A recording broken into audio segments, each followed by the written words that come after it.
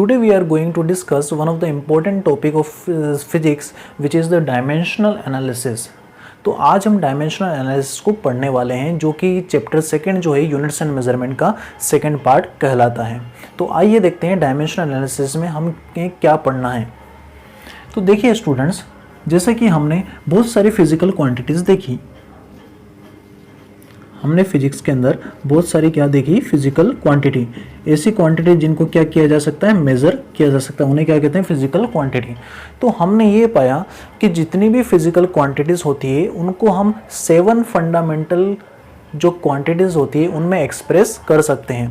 तो जितनी भी फिजिकल क्वांटिटीज़ होती है उन सब को 7 फंडामेंटल क्वांटिटीज़ में एक्सप्रेस किया जा सकता है। 7 फंडामेंटल क्वांटिटी कौन कौन सी है? Length, mass, time, temperature, electric current, luminous intensity और अमाउंट ऑफ सब्सटेंस। तो जितनी भी चीज़ें हैं, जितने भी क्वांटिटी को मेज़र किया जा सकता है फिजिक्स में, उन सबको केवल 7 फंडामेंटल क्वांटिटी के फॉर्म में हम एक्सप्रेस कर सकते हैं। तो ये जो 7 फंडामेंटल क्वांटिटी है इनको कहा जाता है 7 डायमेंशन ऑफ फिजिकल वर्ल्ड। हमारे फिजिकल वर्ल्ड का 7 डायमेंशन भी कहा जाता है। तो हम देखते हैं कैसे किसी की फिजिकल क्वांटिटी को फंडामेंटल क्वांटिटी में हम एक्सप्रेस कर सकते हैं। तो आइए देखिए यहाँ पर, जैसे अगर मैं पहले लिखूँ एरिया, बताइए एरिया का फॉर्मूला कितना होता है? तो आप बोलेंगे लेंथ इनटू ब्रेथ। बट ध्यान से देखा जाए तो ब्रेथ भी एक तरह से लेंथ ही है, तो length into length which is length का स्क्वायर। तो ध्यान से देखिए, आपने एरिया के फॉर्मूले को, जो कि एक फिजिकल क्वांटिटी था या डिराइव्ड क्वांटिटी था, उसको आपने एक फिजिकल फंडामेंटल क्वांटिटी के फॉर्म में एक्सप्रेस कर दिया है। लेंथ हमारा क्या है? फंडामेंटल क्वांटिटी है। आइए इसके बाद में देखते हैं स्पीड। स्पीड का फॉर्मूला क्या होता है स्टूडेंट्स? स्पीड होता है distance upon time, distance divided by time. बताइए डिस्टेंस क्या होगा? एक तरह से लेंथ ही होगा। लेंथ की पावर कुछ नहीं तो 1, और टाइम को ऊपर ले जाएं तो यहाँ पर हो जाएगा टाइम की पावर कितनी आ जाएगी? यहाँ पर टाइम की पावर -1। तो ध्यान से देखिए, आपने स्पीड के फॉर्मूले को भी 7 फंडामेंटल क्वांटिटी के फॉर्म में एक्सप्रेस कर लिया। यहाँ पर लेंथ और टाइम क्या है? फंडामेंटल क्वांटिटी के फॉर्म में एक्सप्रेस कर लिया। आइए एक और फॉर्मूला देखते हैं हम। फोर्स, बोलिए फोर्स इज इक्वल टू कितना होता है? Mass into acceleration. मास भी क्या एक फंडामेंटल क्वांटिटी है।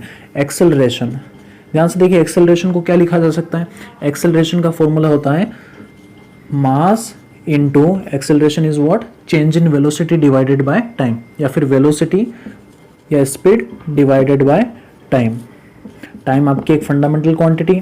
वेलोसिटी को क्या लिख सकते हैं यहाँ पर? देखिए मास, वेलोसिटी वही स्पीड, स्पीड का कितना होता है? डिस्टेंस अपॉन टाइम या लेंथ अपॉन टाइम। तो मास इंटू वेलोसिटी को लिखेंगे लेंथ अपॉन टाइम, तो एक टाइम नीचे और आ जाएगा, ऊपर आएगा लेंथ, नीचे एक टाइम और आ जाएगा, तो टाइम का क्या हो जाएगा? टाइम की पावर 2। क्योंकि जब वेलोसिटी या स्पीड दोनों एक ही है, फिर दोनों में ये होता है, एक स्केलर होता है, दूसरा क्या होता है? वेक्टर, जिन्हें हम आगे पढ़ेंगे। तो वेलोसिटी या स्पीड को लिखेंगे डिस्टेंस अपॉन टाइम या लेंथ अपॉन टाइम, तो यहाँ पर लेंथ अपॉन टाइम, एक टाइम और आ जाएगा यहाँ पर। तो आप इसको देखेंगे और पाएंगे कि यहाँ पर मास एक बार, लेंथ भी एक बार, और जो टाइम है 2 बार, मगर इसकी पावर कितनी है? -2। नीचे से ऊपर आएगा तो पावर क्या हो जाएगी? -2। तो ध्यान से देखिए, हमने 3 फिजिकल क्वांटिटी को कौन सी क्वांटिटी के फॉर्म में एक्सप्रेस कर लिया? एरिया को हमने फंडामेंटल क्वांटिटी के फॉर्म में एक्सप्रेस कर लिया। स्पीड जो था, स्पीड को भी हमने 2 फंडामेंटल क्वांटिटी के फॉर्म में एक्सप्रेस कर लिया। जो फोर्स था, फोर्स को भी हमने फंडामेंटल क्वांटिटी, मास, लेंथ और टाइम के फॉर्म में एक्सप्रेस कर लिया। तो हमने ये पाया कि जितनी भी फिजिकल क्वांटिटीज़ होती है, जितनी भी हमें पता है, उन सारी क्वांटिटीज़ को हम 7 फंडामेंटल क्वांटिटी के फॉर्म में एक्सप्रेस कर सकते हैं। 7 फंडामेंटल क्वांटिटी की हेल्प से हम किसी को भी निकाल सकते हैं। तो ध्यान से देखिए, अब डायमेंशन क्या होता है? डायमेंशन का मतलब है, ध्यान से देखिए, ये एक आपका फिजिकल क्वांटिटी, ये फंडामेंटल क्वांटिटी। तो फंडामेंटल क्वांटिटी की जो पावर यूज होती है किसी फिजिकल क्वांटिटी को एक्सप्रेस करने के लिए, उसी को कहा जाता है डायमेंशन। क्या कहा जाता है? डायमेंशन। अगर आपसे पूछें कि बताइए एरिया के फॉर्मूले का डायमेंशन क्या है, एरिया के फॉर्मूले का डायमेंशन क्या है, तो आप कहेंगे एरिया के फॉर्मूले में लेंथ की पावर कितनी है? 2, तो लेंथ का डायमेंशन कितना हो गया? 2। इसी तरह से देखें स्पीड के फॉर्मूले का डायमेंशन क्या है, तो आप देखेंगे स्पीड के अंदर लेंथ भी यूज हो रहा है, टाइम भी यूज हो रहा है। लेंथ का डायमेंशन 1 और टाइम का डायमेंशन -1। फोर्स के फॉर्मूले का डायमेंशन क्या है? तो सबसे पहले फोर्स को आपको फंडामेंटल क्वांटिटी के फॉर्म में एक्सप्रेस करना होगा। इस तरह से फंडामेंटल क्वांटिटी जो होगा आपका, वेलोसिटी आपका फंडामेंटल क्वांटिटी नहीं है, मास, लेंथ और टाइम। तो हम बोलेंगे फोर्स के फॉर्मूले में मास का कितना पावर है? मास की पावर 1, लेंथ की पावर 1। तो फोर्स के फॉर्मूले में मास की डायमेंशन 1 है, लेंथ की डायमेंशन 1 है और टाइम की डायमेंशन कितनी है? -2 है। तो इस तरह से देखा कि डायमेंशन ऑफ फिजिकल क्वांटिटी। तो क्या होता है डायमेंशन ऑफ फिजिकल क्वांटिटी? किसी भी फिजिकल क्वांटिटी को जब उसके फंडामेंटल क्वांटिटी के फॉर्म में एक्सप्रेस किया जाता है तो फंडामेंटल क्वांटिटी की जो पावर्स उस फॉर्मूले को एक्सप्रेस करने में काम आती है, उन पावर्स को ही हम क्या कहते हैं? Dimension of that physical quantity. तो अब हम डायमेंशन ऑफ फिजिकल क्वांटिटी की डेफिनेशन देखते हैं। डायमेंशन होता क्या है? तो देखिए, the dimension of physical quantity are the powers. ये डायमेंशन क्या है? पावर्स हैं। किसकी पावर्स हैं? तो देखिए, to which the fundamental quantity की पावर्स हैं, to which the fundamental quantity are raised to express और टू रिप्रेजेंट दैट क्वांटिटी। किसी फिजिकल क्वांटिटी को रिप्रेजेंट करने के लिए जो फंडामेंटल क्वांटिटीज की जो पावर यूज होती है, उन पावर्स को हम क्या कहते हैं? Dimension of that physical quantity. तो आपको 3 एग्जांपल्स समझ में आया होगा डायमेंशन होता क्या है। किसी भी फिजिकल क्वांटिटी को लीजिए आप, उसको फंडामेंटल क्वांटिटी के फॉर्म में एक्सप्रेस करिए और फंडामेंटल क्वांटिटीज की जो पावर्स यूज आएगी उनको क्या कहेंगे? हम डायमेंशन कहेंगे। तो इस डेफिनेशन को याद रखिए। तो देखें यहाँ पर जो फंडामेंटल क्वांटिटीज है कितनी है? 7 है। तो हर क्वांटिटी की क्या होगी? डायमेंशन होगी। तो देखते हैं हम डायमेंशन क्या होगी। देखिए यहाँ पर सबसे पहला जो क्वांटिटी हमारे पास लेंथ, तो डायमेंशन ऑफ लेंथ, लेंथ की डायमेंशन क्या होगी? तो देखिए यहाँ पर डायमेंशन ऑफ लेंथ, लेंथ के डायमेंशन को लिखा जाता है L से और इसके आसपास स्क्वायर ब्रैकेट यूज किया जाता है।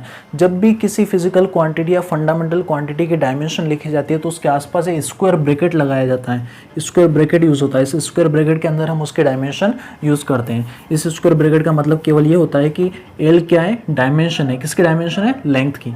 इसी तरह से देखिए डायमेंशन ऑफ मास, मास के डायमेंशन जो लिखते हैं इस तरह से लिखते हैं, M से रिप्रेजेंट किया जाता है। डायमेंशन ऑफ टाइम, टाइम की जो डायमेंशन होती है उसको हम इस तरह से T से रिप्रेजेंट करते हैं, स्क्वायर ब्रैकेट के अंदर कैपिटल T। तो सबसे ज़्यादा यूज ये आने वाले MLT। Okay, M means mass का डायमेंशन, L मीन्स लेंथ का डायमेंशन, T मीन्स टाइम का डायमेंशन। इसके बाद में देखिए कौन सी फंडामेंटल क्वांटिटी है? टेम्परेचर। तो टेम्परेचर की जो डायमेंशन होगी, तो टेम्परेचर की डायमेंशन के लिए हम यूज़ करेंगे कैपिटल K।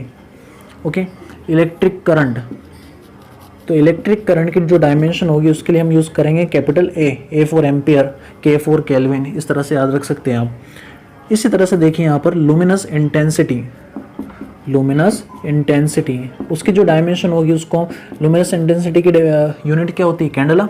तो इसके लिए डायमेंशन यूज़ करेंगे CD। अमाउंट ऑफ सब्सटेंस या quantity of matter, amount of substance उसकी यूनिट क्या होती है? मोल, MOL। तो इसकी डायमेंशन होगी MOL। तो इस तरह से आपको याद रखना है सबसे ज़्यादा यूज़ होने वाला है मास, लेंथ और टाइम, जिनकी डायमेंशन को जब भी किसी फिजिकल क्वांटिटी या फंडामेंटल क्वांटिटी को डायमेंशन को रिप्रेजेंट करना है तो आपको क्या इस तरह से M कैपिटल में लिखना होगा और आसपास क्या लगाना पड़ेगा? स्क्वायर ब्रैकेट लगाना पड़ेगा। इस तरह से आप उसकी क्या रिप्रेजेंट करते हैं? उसकी डायमेंशन रिप्रेजेंट कर सकते हैं। तो हमने जो 3 एग्जाम्पल लिए, अब तीनों एग्जाम्पल में डायमेंशन का ये रूल अप्लाई करते हैं और हर की डायमेंशन निकालते हैं। ध्यान से देखिए यहाँ पर लेंथ, लेंथ की पावर कितनी है? 2। लेंथ की डायमेंशन को लिखा जाता है L से और डायमेंशन को रिप्रेजेंट करने के लिए उसके आसपास स्क्वायर ब्रैकेट लगाया जाता है। और लेंथ की डायमेंशन कितनी यूज हो रही है? 2, तो यहाँ पर लिखा जाता है L स्क्वायर। तो ये हो गया ये डायमेंशन। ठीक है, अब स्पीड का देखिए यहाँ पर, स्पीड में लेंथ की डायमेंशन 1 है तो यहाँ पर लिखा जाएगा लेंथ की डायमेंशन और इसकी पावर कितनी है? 1। टाइम की डायमेंशन कितनी है? Capital T। टाइम की डायमेंशन है -1। इसके आसपास स्क्वायर ब्रैकेट लगा देंगे। आप दोनों ब्रैकेट को एक में भी लिखा जा सकता है, एक ब्रैकेट में LT-1। L की पावर लगाने की जरूरत नहीं है यहाँ पर। फोर्स का भी लिखें इस तरह से, तो फोर्स का कितना लिखा जाएगा? मास की डायमेंशन यहाँ पर देखिए 1 है, लेंथ की डायमेंशन 1 है, टाइम की डायमेंशन -2 है। तो तीनों को कंबाइन फॉर्म में लिख देते हैं MLT की पावर -2। इस तरह से हमने किसी फिजिकल क्वांटिटी को फंडामेंटल क्वांटिटी में एक्सप्रेस किया। इसके बाद में हर को डायमेंशन के फॉर्म में एक्सप्रेस किया, उनकी पावर्स को लिखा। तो ये जो बना है स्टूडेंट्स, अगर आपसे पूछा जाए बताइए फोर्स की डायमेंशन या फोर्स का डायमेंशनल फॉर्मूला क्या है, फोर्स का डायमेंशनल फॉर्मूला क्या है, तो आप बोलेंगे फोर्स का डायमेंशनल फॉर्मूला होता है mLT की पावर -2। इसी तरह से देखिए स्पीड का डायमेंशनल फॉर्मूला क्या होता है LT -1। एरिया का डायमेंशनल फॉर्मूला क्या होता है L²। इसके बाद में हम बहुत सारे डायमेंशनल फॉर्मूला बनाने वाले हैं। तो देखिए ध्यान से, अभी तक हमने जो पढ़ा, पहला पढ़ा कि डायमेंशन क्या होती है, डायमेंशन के बाद में एग्जाम्पल के थ्रू हमने तीनों की डायमेंशन निकाली। 7 फंडामेंटल क्वांटिटीज़ होती है, हर के डायमेंशन को किस तरह से रिप्रेजेंट किया जाता है, स्क्वायर ब्रैकेट के फॉर्म में रिप्रेजेंट किया जाता है। तो अभी देखिए हमें जो सबसे ज़्यादा काम आने वाला है वो मैकेनिक्स के अंदर, आगे आने वाले चैप्टर में जो हम मैकेनिक्स पढ़ेंगे जिसमें फोर्स की चर्चा होगी, उसके अंदर मोस्ट टाइम मास की डायमेंशन, लेंथ की डायमेंशन और टाइम की डायमेंशन ही यूज़ आने वाली है यहाँ पर स्टूडेंट्स। तो इनकी डायमेंशन को इस तरह से एक स्क्वायर ब्रैकेट में रिप्रेजेंट किया जाता है। और जब इस तरह से किसी फिजिकल क्वांटिटी का डायमेंशन को लिखा जाता है, हो सकता है m की पावर a हो, l की पावर b हो और t की पावर c हो, जहाँ पर a b c कुछ भी हो सकता है। जैसे a की जगह यहाँ पर कितना है 1, b की जगह यहाँ पर कितना है 1, c की जगह यहाँ पर कितना है -2। तो मैकेनिक्स में किसी भी फिजिकल क्वांटिटी को mLT के फॉर्म में रिप्रेजेंट किया जाएगा, जहां पर mLT की कुछ पावर यूज होगी जिन्हें हम डायमेंशन कहेंगे। तो इस तरह से जब रिप्रेजेंट किया जाता है तो इसे कहा जाता है डायमेंशनल फॉर्मूला। क्या कहा जाता है students? Dimensional formula. Dimensional formula हमारा जो चैप्टर है यूनिट्स एंड मेजरमेंट, उसका मेन उद्देश्य यही होता है कि स्टूडेंट्स को सिखाया जाए कि किस तरह से हर फिजिकल क्वांटिटी का डायमेंशनल फॉर्मूला कैसे लिखा जाता है। तो आप याद रखें इसका स्टैंडर्ड फॉर्म होता है mLT, कुछ पावर्स होगी, उन पावर्स को हम क्या कहेंगे इस तरह से, उसको कहेंगे डायमेंशनल फॉर्मूला। तो फोर्स का डायमेंशनल फॉर्मूला कितना होता है स्टूडेंट्स? mLT की पावर -2। कैसे निकाला? आपने उसका फॉर्मूला लिखा, उसको फंडामेंटल क्वांटिटी के फॉर्म में एक्सप्रेस किया, हर की डायमेंशन लिखी और उसको साथ में लिख दिया। एरिया का डायमेंशनल फॉर्मूला कितना होता है L², मगर आप इसको mLT के फॉर्म में लिखेंगे। ध्यान से देखें, यहाँ पर मास का कुछ काम आया क्या? मास की कोई डायमेंशन काम आई? नहीं, तो मास की पावर लगा दें 0। लेंथ की पावर कितनी है 2। टाइम की कोई पावर यूज आई यहाँ पर? टाइम की डायमेंशन नहीं, तो टाइम की पावर कितनी हो जाएगी 0। तो आप mLT के फॉर्म में एक्सप्रेस करें, जब आप mLT के फॉर्म में किसी फंडामेंटल क्वांटिटी को एक्सप्रेस करेंगे तो उसे हम क्या कहेंगे? Dimensional formula. ठीक है स्टूडेंट्स, आइए हम आगे देखते हैं। अब हमें देखना है डायमेंशनल इक्वेशन। डायमेंशनल इक्वेशन, तो देखते हैं क्या होता है डायमेंशनल इक्वेशन। देखिए आप, what is the dimensional equation? Dimensional equation, equation क्या होती है स्टूडेंट? जहां पर बराबर लग जाए, इधर कुछ हो इधर कुछ हो और बीच में क्या लगाओ? बराबर लगाओ, उसे हम क्या कहते हैं? इक्वेशन कहते हैं। तो डायमेंशनल इक्वेशन क्या है? तो आपको सिंपल सा याद रखना है, जो एक फिजिकल क्वांटिटी और उसके डायमेंशनल फॉर्मूला के बीच में रिलेशन बताती है, जो एक फिजिकल क्वांटिटी और उसके डायमेंशनल फॉर्मूला के बीच में रिलेशन बताती है, उसे हम क्या कहते हैं? डायमेंशनल इक्वेशन कहते हैं। तो what is an dimensional equation? So लिखें यहां पर, an equation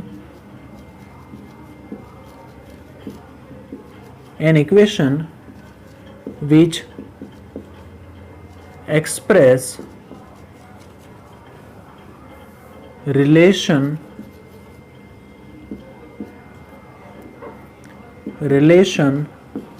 between, an equation which express relation between physical quantity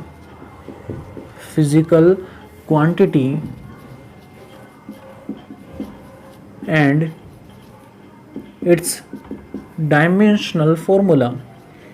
जो किसी फिजिकल क्वांटिटी और उसके डायमेंशनल फॉर्मूला के बीच में क्या बताए? रिलेशन बताए, उसे हम क्या कहते हैं? Dimensional equation. इसे एग्जांपल के थ्रू देखते हैं। फोर्स देखिए, फोर्स को हम रिप्रेजेंट करेंगे कैपिटल F से और इसको लिखा जाएगा कैपिटल F का डायमेंशन, और कैपिटल F का डायमेंशनल फॉर्मूला कितना होता है? mLT की पावर -2। बस ये आपका बन गया डायमेंशनल इक्वेशन। तो करना क्या है आपको, डायमेंशनल इक्वेशन क्या होगा, एक फिजिकल क्वांटिटी और उसके डायमेंशनल फॉर्मूला के बीच में रिलेशन जो बताता है उसे हम क्या कहते हैं, डायमेंशनल इक्वेशन कहते हैं। तो F का मतलब क्या समझे, फोर्स का dimensional formula is equal to mlt की पावर -2। इसी तरह से देखिए स्पीड को हम रिप्रेजेंट कर देते हैं यहाँ S से, तो लिखेंगे S का डायमेंशन, S मतलब स्पीड का डायमेंशन कितना होता है, डायमेंशनल फॉर्मूला उसका देखिए यहाँ पर कितना है, LT, या फिर इसको लिखेंगे केवल LT -1, तो m0LT -1। तो जो किसी फिजिकल क्वांटिटी और उसके डायमेंशनल फॉर्मूला के बीच में रिलेशन बताएगा उसे क्या कहा जाएगा, डायमेंशनल इक्वेशन कहा जाएगा। तो S मीन्स क्या हो गया, स्पीड। और आप जैसे ही किसी चीज़ का डायमेंशनल फॉर्मूला देखेंगे तो आपको बहुत सारी चीज़ें क्लियर हो जाएगी। पहली चीज़ क्या, स्पीड के डायमेंशन फॉर्मूला में मास की पावर 0 मतलब मास का कोई काम नहीं होता, लेंथ की पावर कितनी है, कुछ नहीं तो 1 है, लेंथ का एक बार काम आता है, और टाइम की जो पावर है -1, टाइम की पावर जो टाइम होता है 1 टाइम के फॉर्म में यूज आता है। तो इस तरह से डायमेंशनल फॉर्मूला की हेल्प से आप उसका फॉर्मूला भी क्रिएट कर सकते हैं। इसी तरह से देखिए यहाँ पर जैसे एरिया का डायमेंशन कितना होगा, L², तो m0 L² t की पावर 0, m और t का कोई काम नहीं था इसलिए दोनों की पावर 0, किसी वैल्यू की पावर 0 होती है उसकी वैल्यू कितनी होती है 1, तो इन दोनों का कोई काम नहीं, L² यहाँ पर आ जाएगा। इसे क्या कहा जाएगा, डायमेंशनल इक्वेशन। जो फिजिकल क्वांटिटी है उसके डायमेंशनल फॉर्मूला के बीच में रिलेशन बताएगा उसे हम कहेंगे डायमेंशनल इक्वेशन। तो अब क्या करते हैं स्टूडेंट्स, हमने 3 चीज़ें समझ ली, what is the dimension of physical quantity, what is the dimensional formula and how we obtain a dimensional formula of that given physical quantity, and right now we study about the dimensional equation. Now we are going to discuss some of the important dimensional formula of some physical quantities. Okay, कुछ physical quantities के dimensional formula को हम study करते हैं, बनाते हैं बहुत सारे formulas के हम dimensional equation dimensional formula बनाने का try करते हैं। तो अब हमें बहुत सारे dimensional formula बनाने हैं, तो आइए बनाना स्टार्ट करते हैं। पहला सिंपल सा वही एरिया। बोलिए, आपको किसी भी चीज़ का अगर डायमेंशनल फार्मूला बनाना है तो आपको उस चीज़ का फार्मूला आना चाहिए, उस फिजिकल क्वांटिटी का क्या आना चाहिए, फार्मूला पता होना चाहिए। बोलिए, एरिया का फार्मूला कितना होता है, length into breadth, length into length means length का स्क्वायर, क्योंकि ब्रेथ भी एक तरह से क्या होती है, लेंथ ही होती, तो लेंथ का स्क्वायर। तो आपको पता चल गया, आपने उस फिजिकल क्वांटिटी को फंडामेंटल क्वांटिटी के फॉर्म में एक्सप्रेस किया। जो फंडामेंटल क्वांटिटी की जो पावर होगी उसको क्या कहेंगे, डायमेंशन। तो एरिया के फॉर्मूले में लेंथ की कितनी डायमेंशन होती है, 2, और लेंथ की डायमेंशन को किस तरह से रिप्रेजेंट किया जाता है, L, और इसके आसपास क्या लगा दिया जाता है, स्क्वायर ब्रैकेट, और लेंथ की डायमेंशन कितनी है, 2, तो यहाँ पर लिख देंगे L²। तो एरिया का डायमेंशनल फॉर्मूला बना L², या फिर आप इस फॉर्म में भी लिख सकते हैं m0 L² t की पावर 0। m और t की पावर 0 मतलब m और t का यहाँ पर कोई काम नहीं है। दूसरा देखते हैं, वॉल्यूम बनाइए, वॉल्यूम। बोलिए, वॉल्यूम कितना होगा, लेंथ की पावर 3, लेंथ की पावर 3, ये इस तरह से होगा, length into breadth into height. जो ब्रेथ है वो भी एक तरह से लेंथ है, जो हाइट है वो भी एक तरह से क्या है, लेंथ, तो लेंथ की पावर 3। तो बोलिए, लेंथ के डायमेंशन को लिखा जाता है L से, और पावर कितनी यूज आ रही है, 3, तो यहाँ पर लिख देंगे 3। इसको इस तरह से भी लिख सकते हैं m0 L की पावर 3 और t की पावर 0, क्योंकि m और t का कोई काम नहीं, ये डायमेंशनल फॉर्मूला बन गया mlt के फॉर्म में। तीसरा बनाते हैं, डेंसिटी। बोलिए, क्या फॉर्मूला होता है डेंसिटी का, डेंसिटी का फॉर्मूला होता है mass divided by volume, mass divided by volume. Mass एक खुद फिजिकल क्वांटिटी है, तो मास के डायमेंशन को लिखा जाएगा कैपिटल M, और उसके आसपास क्या लगा दिया जाएगा, स्क्वायर ब्रैकेट। वॉल्यूम डायरेक्ट देखिए, वॉल्यूम का डायमेंशनल फॉर्मूला कितना होता है, L³। अब M को एज इट इज रखिए, L³ को ऊपर ले जाइए, L की पावर कितना हो जाएगा, -3, और T का काम नहीं है तो T की पावर कितना लगा देंगे, 0। ठीक है, आप इस फॉर्म में भी लिख सकते हैं इसको, M as it is, L की पावर -3 हो जाएगा। मगर इसे MLT के फॉर्म में लिखना है तो आप MLT के फॉर्म में लिख लिए, T का कोई काम नहीं है, फिर भी T की पावर क्या लगा देते, 0, क्योंकि एक स्टैंडर्ड फॉर्म होता है MLT के फॉर्म में लिखना, M for mass, L for length, T for time. ठीक है, आगे बनाते हैं। इसके बाद में स्पीड और वेलोसिटी, दोनों का डायमेंशनल फॉर्मूला एक ही बनेगा स्टूडेंट। दोनों में डिफरेंस ये है कि ये स्केलर क्वांटिटी है, वेक्टर क्वांटिटी है। बोलिए फॉर्मूला, स्पीड क्या कितना होता है, डिस्टेंस अपॉन टाइम। डिस्टेंस क्या एक तरह से लेंथ है, लेंथ अपॉन टाइम। बोलिए डायमेंशन, लेंथ का डायमेंशन होता है एल और टाइम का डायमेंशन होता है टी। टी को जब ऊपर ले जाएंगे तो आप लिखेंगे एल टी की पावर -1, एल टी -1। तो ये एल टी -1 डायमेंशनल फॉर्मूला बन गया किसका, स्पीड या वेलोसिटी का। अगर आपको एम एल टी के फॉर्म में लिखना है तो एम लगा दीजिए यहाँ पर, एम का कोई काम नहीं, एम की पावर 0, एल की पावर 1, टी की पावर -1। तो जैसे आप किसी का डायमेंशनल फॉर्मूला देखेंगे मालूम पड़ेगा एम का कोई काम नहीं क्योंकि इसके डायमेंशन 0, एल को एक बार काम आएगा, टी की पावर -1 है तो 1/t के फॉर्म में यहाँ पर यूज आएगा। इसके बाद में देखिए स्पीड एंड वेलोसिटी के बाद में हम बनाते हैं फोर्स का, एक्सेलरेशन बनाते हैं। एक्सेलरेशन, एक्सेलरेशन क्या होता है students, change in velocity, change in velocity with respect to time. तो एक्सेलरेशन का फॉर्मूला होता है velocity divided by time, velocity divided by time, क्योंकि जो चेंज इन वेलोसिटी होता है वो भी एक तरह से वेलोसिटी होगा, तो वेलोसिटी डिवाइडेड बाय टाइम। अब डायमेंशनल फॉर्मूला लिखिए, वेलोसिटी का डायमेंशनल फॉर्मूला डायरेक्ट यूज करिए, बार बार ना बनाइए। वेलोसिटी का कितना होता है एल टी -1, तो लिख दें ऊपर एल टी -1 और नीचे टाइम, टाइम का डायमेंशन फॉर्मूला कितना होता है टी। इस टी को ऊपर ले जाएं तो देखेंगे आप L T -1 as it is, T की पावर कुछ नहीं तो 1 है, 1 जब ऊपर जाएगा तो टी की पावर कितना हो जाएगा -1, दोनों का बेस सेम है तो पावर जुड़ हो जाएगी, -1 और -1 कितना हो जाएगा -2, तो ये हो जाएगा एल टी -2। या फिर उसको आप एम एल टी के फॉर्म में लिख सकते हैं m0 एल टी -2। ओके, अब हम बनाते हैं फोर्स का, फोर्स का डायमेंशनल फॉर्मूला।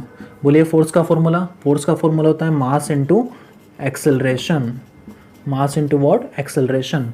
मास का डायमेंशन लिखा जाएगा m से, एक्सेलरेशन का डायमेंशन लिखा जाएगा, देखिए एक्सेलरेशन का डायमेंशन क्या होगा, डायमेंशनल फॉर्मूला एक्सेलरेशन का डायरेक्ट यूज़ करेंगे, कितना होगा L T -2, L T -2।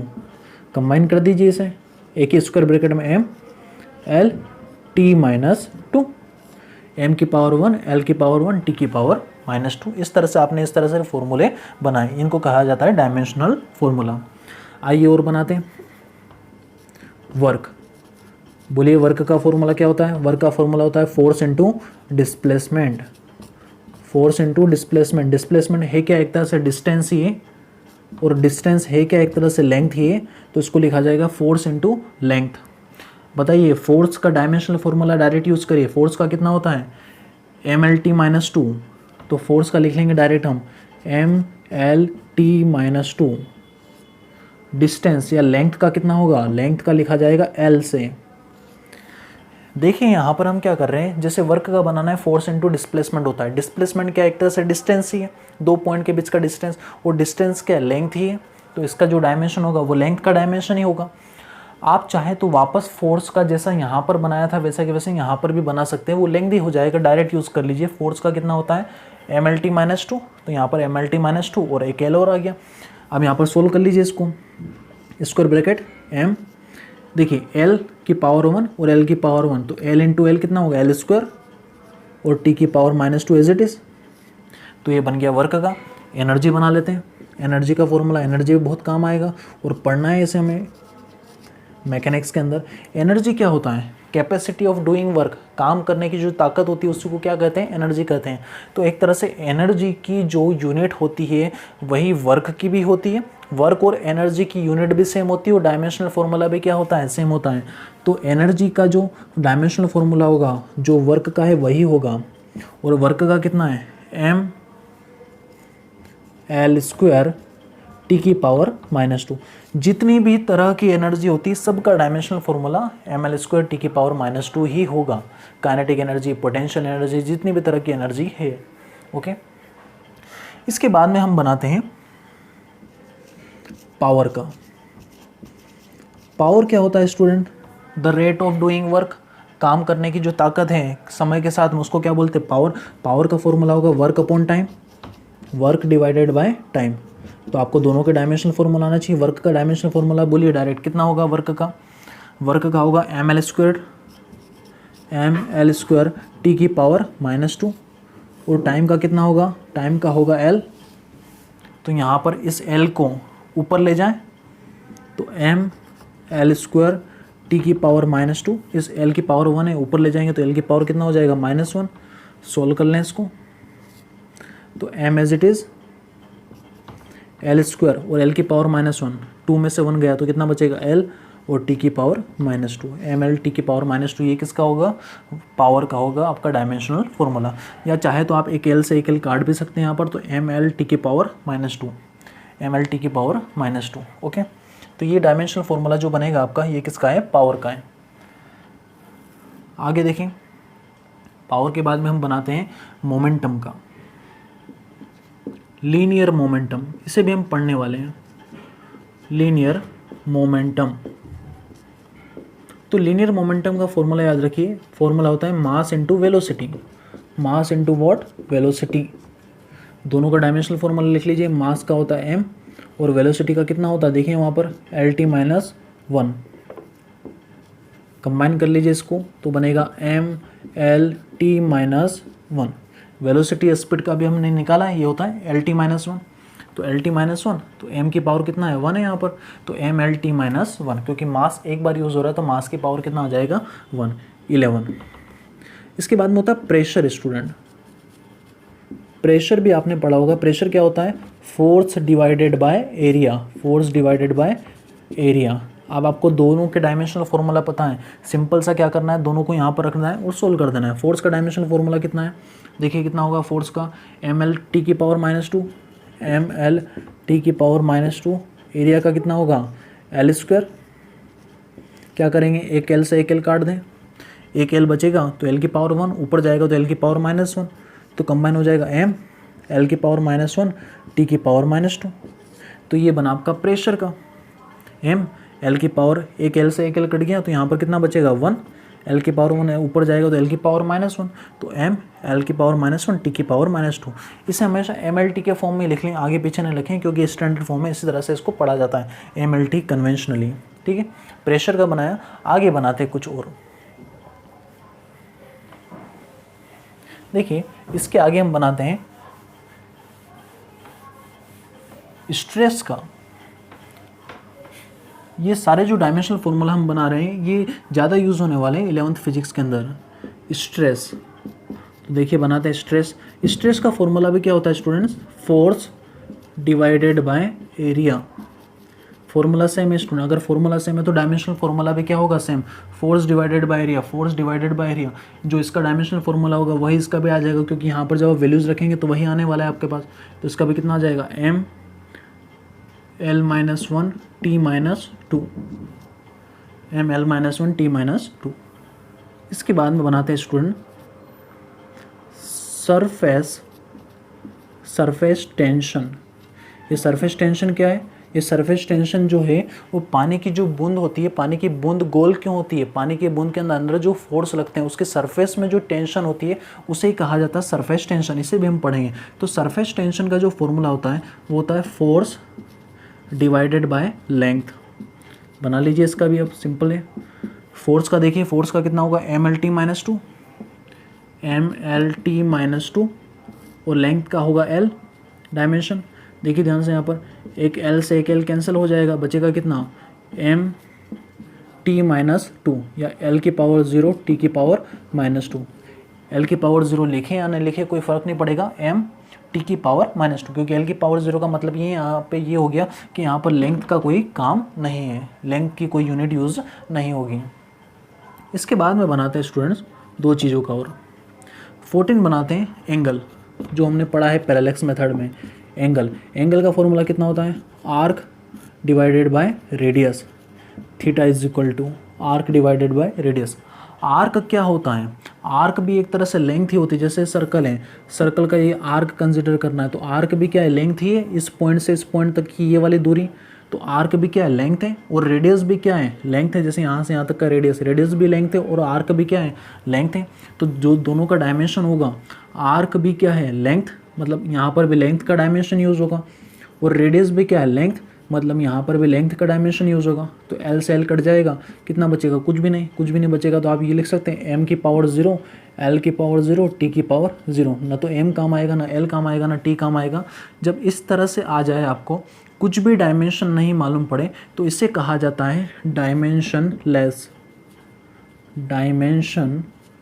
Less quantity.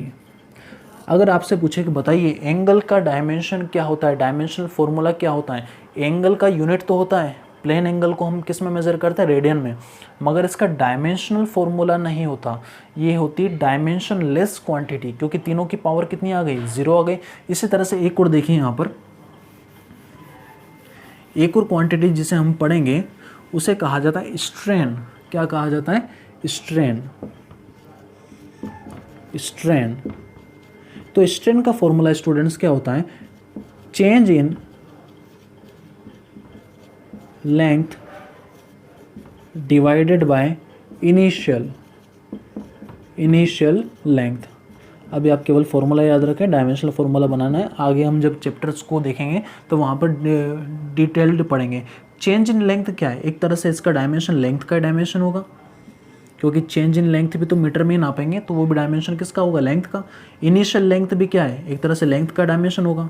तो वापस एल से एल कट गया, कितना बचा, कुछ भी नहीं, तो यहाँ पर लिख देंगे एम की पावर 0, एल की पावर 0, टी की पावर 0। अगेन ये कौन सी क्वांटिटी है, डायमेंशन लेस क्वांटिटी है।